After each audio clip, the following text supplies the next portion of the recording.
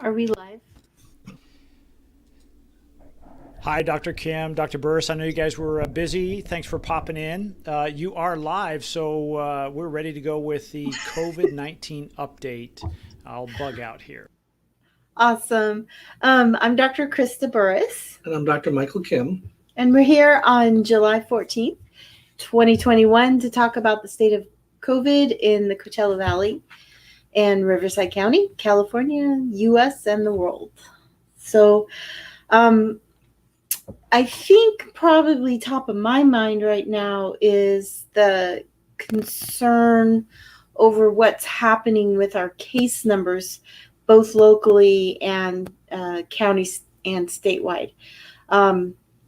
Clearly, the Delta variant's here. It's being identified in multiple patients in Riverside County and LA County. And we're seeing both a rise in case numbers as well as a rise in hospitalizations. That's a little surprising to me because we're seeing the hospitalizations rise faster than we did with the original strain.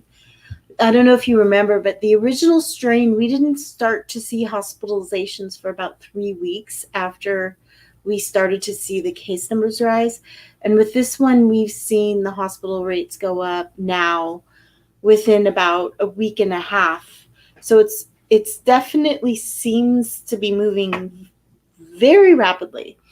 So just to give you an idea of how rapidly this is moving, we're sort of working with data that's been patched together right now because Riverside County has decided in their infinite wisdom to stop reporting daily numbers and to do weekly updates. But the weekly updates are in such a different format that it's unclear how many new cases there have even been. I'm sure if you're keeping track and have a number, but I suspect they're going to go back to their old reporting fairly soon just because of the increase.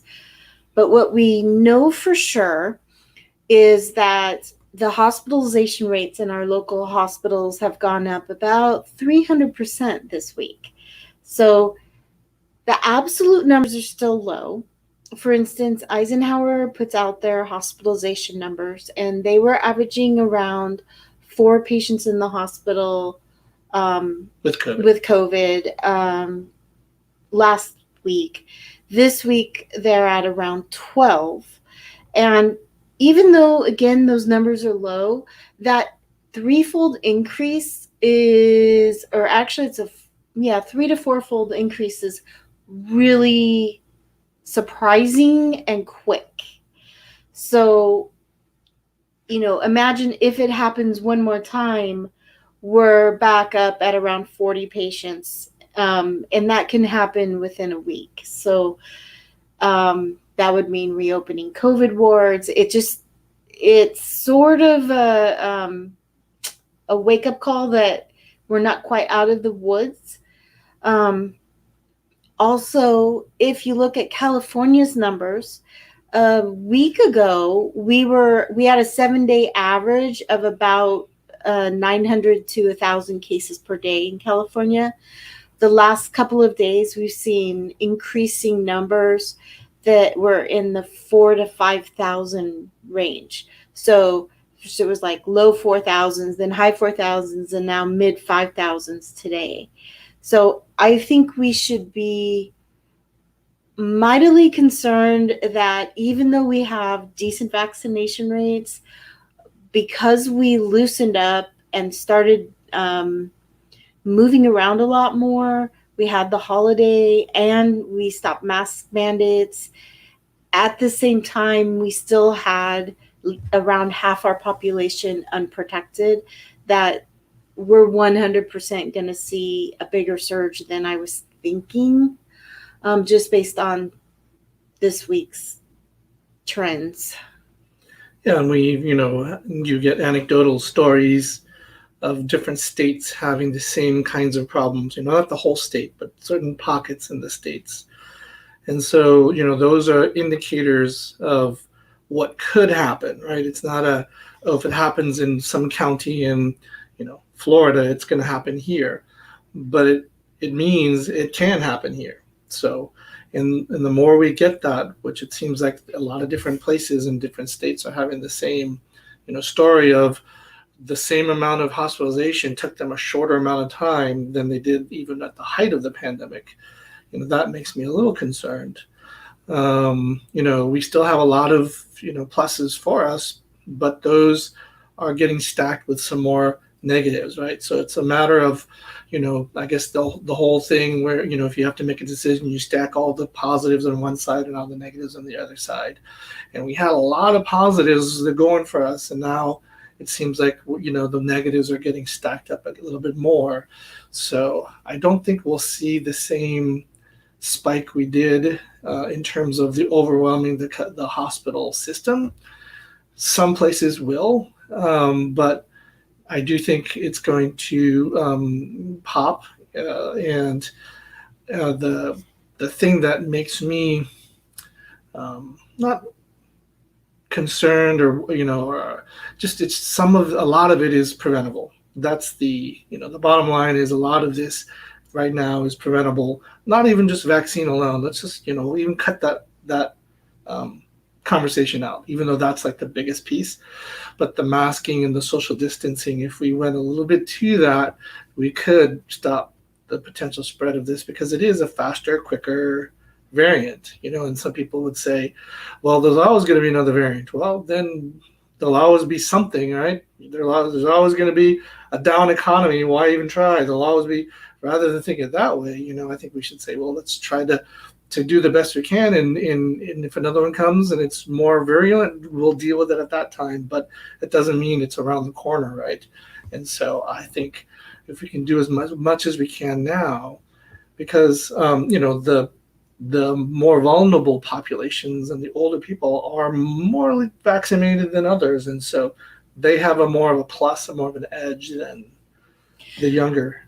Although I do think that a lot of our planning and thought is based on the original strain, and the Delta variant is not really behaving the same way. So a lot of people are familiar with the term R naught from the movie Contagion, but it's a number that estimates how many people one contagious person will infect in a population of people who are not immune. So the original strain had an R naught value of around 3, which is a little concerning. Flu has around 1. Measles has around 15. It's very high. The Delta variant has an R naught value of 6. So it's twice as contagious.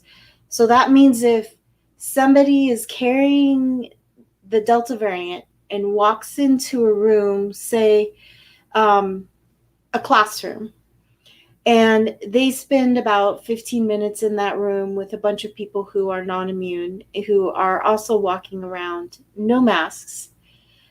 In that 15 minutes, 6 of those people are going to get infected, and they'll infect another 6 each on average. So that shows you how contagious this one is. And I think a lot of our decision making on a public health, I'm not talking about the political stuff, I'm just talking about the public health, was based on the calculations on the original variant. So we've even pulled back a little from those and said, okay, don't worry about 6 feet apart in the schools this fall. Let's not worry about masks in the schools. We'll just have these kids be 3 feet apart and masks. So that's a hot button. We don't really want to go there. So we'd like you to wear them, but we don't want to get in a fight. And we don't have vaccines yet for these kids. So I'm a little worried because we're sending our kids back to school not protected with a more dangerous variant that's more dangerous to young people than the original one, that's more contagious than the original one, into an area that all the kids are unprotected. And I actually feel a little more nervous about this than I did even last fall, because people's guards are down right now. people are just kind of feeling like, yeah, it's over, and honestly, school's around the corner. I mean, we're starting school so early, it's only about 3 weeks away. So we do not have time to see the effect of the Delta variant over the next month and then have lots of meetings and come up with plans and implement them before the kids are already back in school. So my prediction actually is that the return to school is going to be one of the things that drives a huge spike later this fall, because we aren't going back with protections in place. In fact, we've pulled back on all the protections in the schools before we've even vaccinated those kids. I think it's a mistake. Right. And, I think at least the minimum is, putting the things in that they can do, right? So the cleaning back, the social distancing, we won't go into whether you require vaccinations, right? But there are, most staff. Well, you can't at this most point. Staff, though. Yeah. I mean, anyone over the age of 12. But it's still legally questionable to require vaccinations if they're so not. We're not. Yeah. I understand. So let's not even go there. But right, there's things that you can do, and we don't know how transmittable it is for kids. Right? We know that this is a more transmittable disease and it causes quicker disease. We don't know what that really means in real life with kids. So right, we do know that the last. We know that Louisiana had 12 kids in the ICU, and that's not a huge state, and that was, honestly, no, it's a warning bell, but you Yeah. can't take one county and apply that to everyone because we don't know the circumstances of this. But we also weren't seeing that with the original variant. So No, it I is a understand little that. concerning. But that's because the original variant had so much to pick from. It went for the low-hanging fruit. Now that the low-hanging fruit isn't there, the only fruit left are the young people. And so, I think that's probably why we're seeing more in those cases. I disagree, because I think that what's happening is this is actually a more virulent strain because it binds better to the ACE receptor in the lungs. It's actually takes less virus to actually get sicker. So we know there's a dose dependent response. So if you get exposed to tons of virus, you tend to get sicker. With this one, you don't have to be exposed to as much virus to get sicker. So they're seeing hospitals filling up with people in their 30s and 40s, whereas before they weren't meeting criteria for admission. It's not that there weren't any beds for them and they were being turned away, and now we've got plenty of beds, so let's admit them. No, it's that they're actually sicker. I understand that, but there's that you take away that easy hanging pole. Well, no, I mean, it's going to infect who it infects. Well, we've taken away the vulnerable and the older because they're more vaccinated, so they're less. So I think if no one were vaccinated, then we would see the same, that those were the ones filling up the ICUs. Well, I agree, but I'm saying we're seeing more young people than we did with the earlier strain. No, it is. It's not so much that we wouldn't have seen even more older people if they weren't protected. So you're right. We would still see the preponderance of older people, but because they're more protected with vaccine, that's who's in the hospital, is younger people. Right. Yeah. Which, again, but I think that it's, I still think the theory of, I know the R0 is an average, but just like averages, it can be skewed, right? If I live next door to Bill Gates, we could collectively say our average income is $20 billion. But that's because he has, 1,000 billion and I have 100,000. And so, but the average is that, right? So yeah, I understand your super spreader idea. And that may be, but just in general, this one seems to spread about twice as easily. It doesn't mean you don't, but it also doesn't mean that every person, the average is going to be, well, if someone is symptomatic, then they're going to spread it to 6 people. That's not quite how it works, but. Thank you. Anyway, these are the discussions we have. So, Dr. Fight. So I guess to summarize, there's a lot of data that still needs to be crunched. The downside is we don't have as many data points right now because everyone has scaled back in their reporting. So, the data is there. It's just not being disseminated to the public. So it's hard to make predictions as to what's going on. But we can sort of extrapolate from what's going on in LA because they are still reporting. If Riverside County's listening, I think you should start reporting again. I think that might be helpful, at least to help the hospitals plan and maybe help direct some of the vaccine efforts. It's really not too late to shore up some of our communities that are still reachable with vaccine. I think, it's totally reasonable to do that. I think that it's also totally reasonable to start just sort of being a little more careful in your personal life, especially if you do have some underlying medical condition or are in contact with someone who's unvaccinated or fragile. Right. Even if you're vaccinated, if you've got immune system dysfunction, then you may not be as well protected. And so you could still come down with COVID.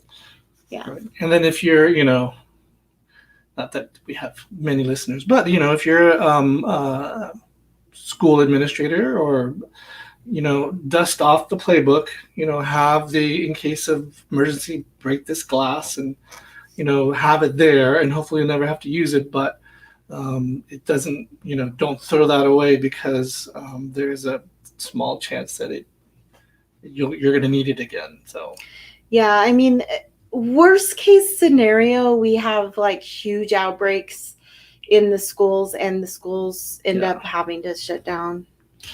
But so that's worst case. Yeah, we need to go to our next show, Your Personal Health. So thank you so much for joining us, and we will see you hopefully with better news next week, but we'll see.